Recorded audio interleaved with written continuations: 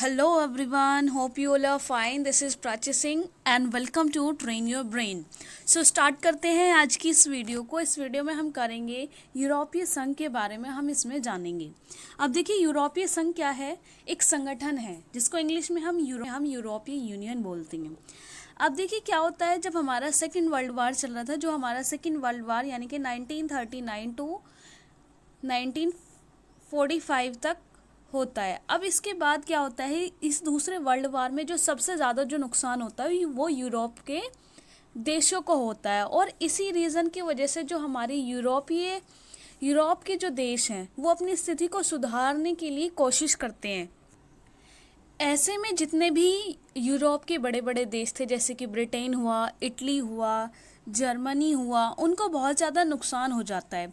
और वो इसलिए यूरोप के देश एक संगठन बनाने का सोचते हैं ताकि वह अपनी स्थिति को सुधार सकें और उनके साथ रहकर अपना विकास कर सकें। अब देखिए आपके सामने ये यूरोप का झंडा दिया हुआ है। इसमें 12 स्टार होते हैं, क्योंकि 12 की संख्या वहाँ के जो परंपरा होती है उनके रूप के अकॉर्डिंग या उन्हीं सभी के अकॉर्डिंग वहाँ के ये एकता का प्रतीक माना जाता है। और ये जो स्टार होते हैं, ये सोने के सितारे का घिरा, ये घिरा गलत लिखा हुआ है, यहाँ पे घिरा है, यूरोप के लोगों की एकता और मेल मिलाप का प्रतीक है। बढ़ते हैं नेक्स्ट। अब देखिए जो हमारा यूरोपीय संघ है, यूरोपीय संघ में जो हमारे उसके सदस्य जो देश होते हैं वो 28 होते हैं। और जो हमारा ये यूरोपीय संघ है ये क्या है, एक आर्थिक और राजनीतिक मंच है। देखिए अब जैसे मैंने आपको पहले ही बताया कि द्वितीय विश्व युद्ध के बाद क्या होता है, उन्हें काफ़ी सारी समस्याएं आती हैं। तो जब इस युद्ध के बाद उन्हें अपना डेवलपमेंट करने के लिए बहुत सारी समस्याओं का सामना करना पड़ता है, इसलिए वो इस संगठन का निर्माण करते हैं। नेक्स्ट, यूरोपीय देशों में आपसी संबंधों को मजबूती प्रदान करने में सन 1945 के बाद शीत युद्ध ने भी महत्वपूर्ण भूमिका निभाई। इसी घटना के बाद ही यूरोपीय देश संगठित होने का प्रयास करने लगा। दैट मीन्स जो मैंने अभी आपको बताया कि द्वितीय विश्व युद्ध के बाद वो अपने आप को विकसित करने के लिए, अपनी स्थिति को सुधारने के लिए प्रयास करते हैं और एक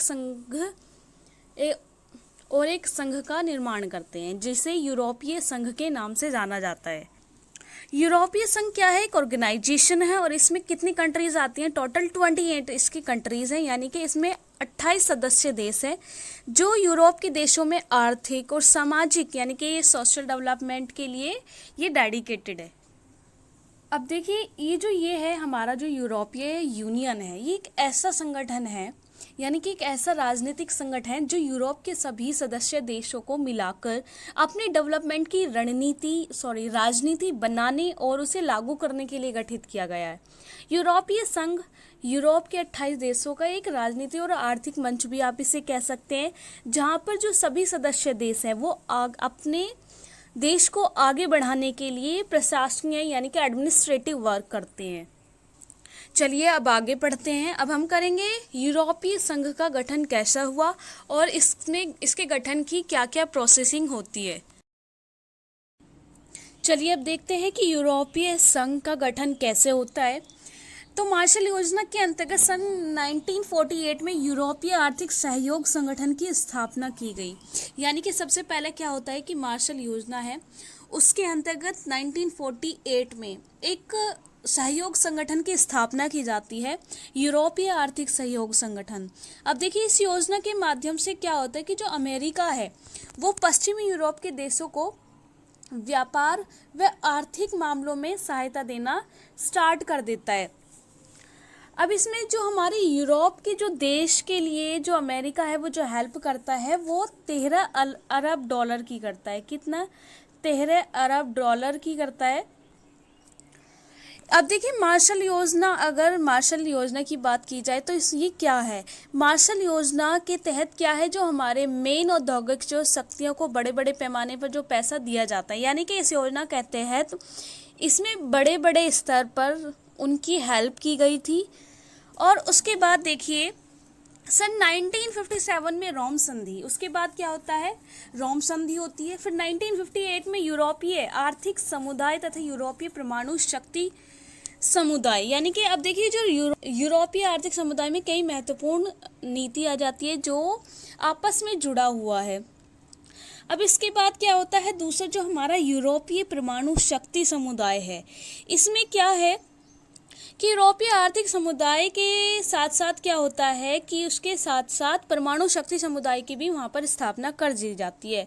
और उसके बाद जो हमारा क्या होता है, सोवियत संघ के विघटन के बाद 1 नवंबर 1993 को यूरोपीय संघ की स्थापना कर दी जाती है।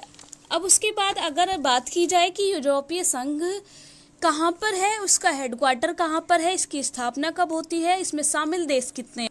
यूरोपीय संघ का जो हेडक्वार्टर है वो बेल्जियम में है। कहाँ पर है, बेल्जियम में है, बेल्जियम में है। अब जो इसकी जो कैपिटल है वो है ब्रुसेल्स। कैपिटल क्या है, ब्रुसेल्स,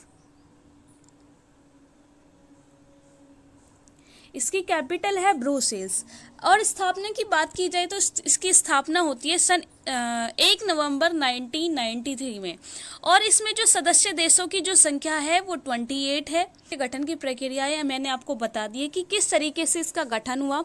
सबसे पहले क्या होता है, मार्शल योजना के अंतर्गत जो देश होते हैं वो यूरोपीय संगठन में हेल्प करते हैं, उनको फाइनेंशियल तरीके से पैसों की हेल्प करते हैं। फिर उसके बाद क्या होता है, रोम संधि होती है 1957 में।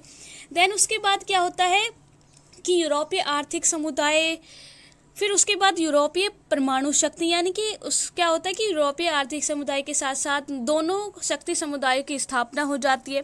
फिर यूरोपीय संघ की स्थापना कर दी जाती है।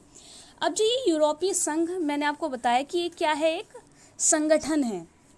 ये यूरोप के देशों का संगठन है जिसमें 28 सदस्य देश आते हैं। So students, if you like our video please like, share and subscribe. Thank you for watching.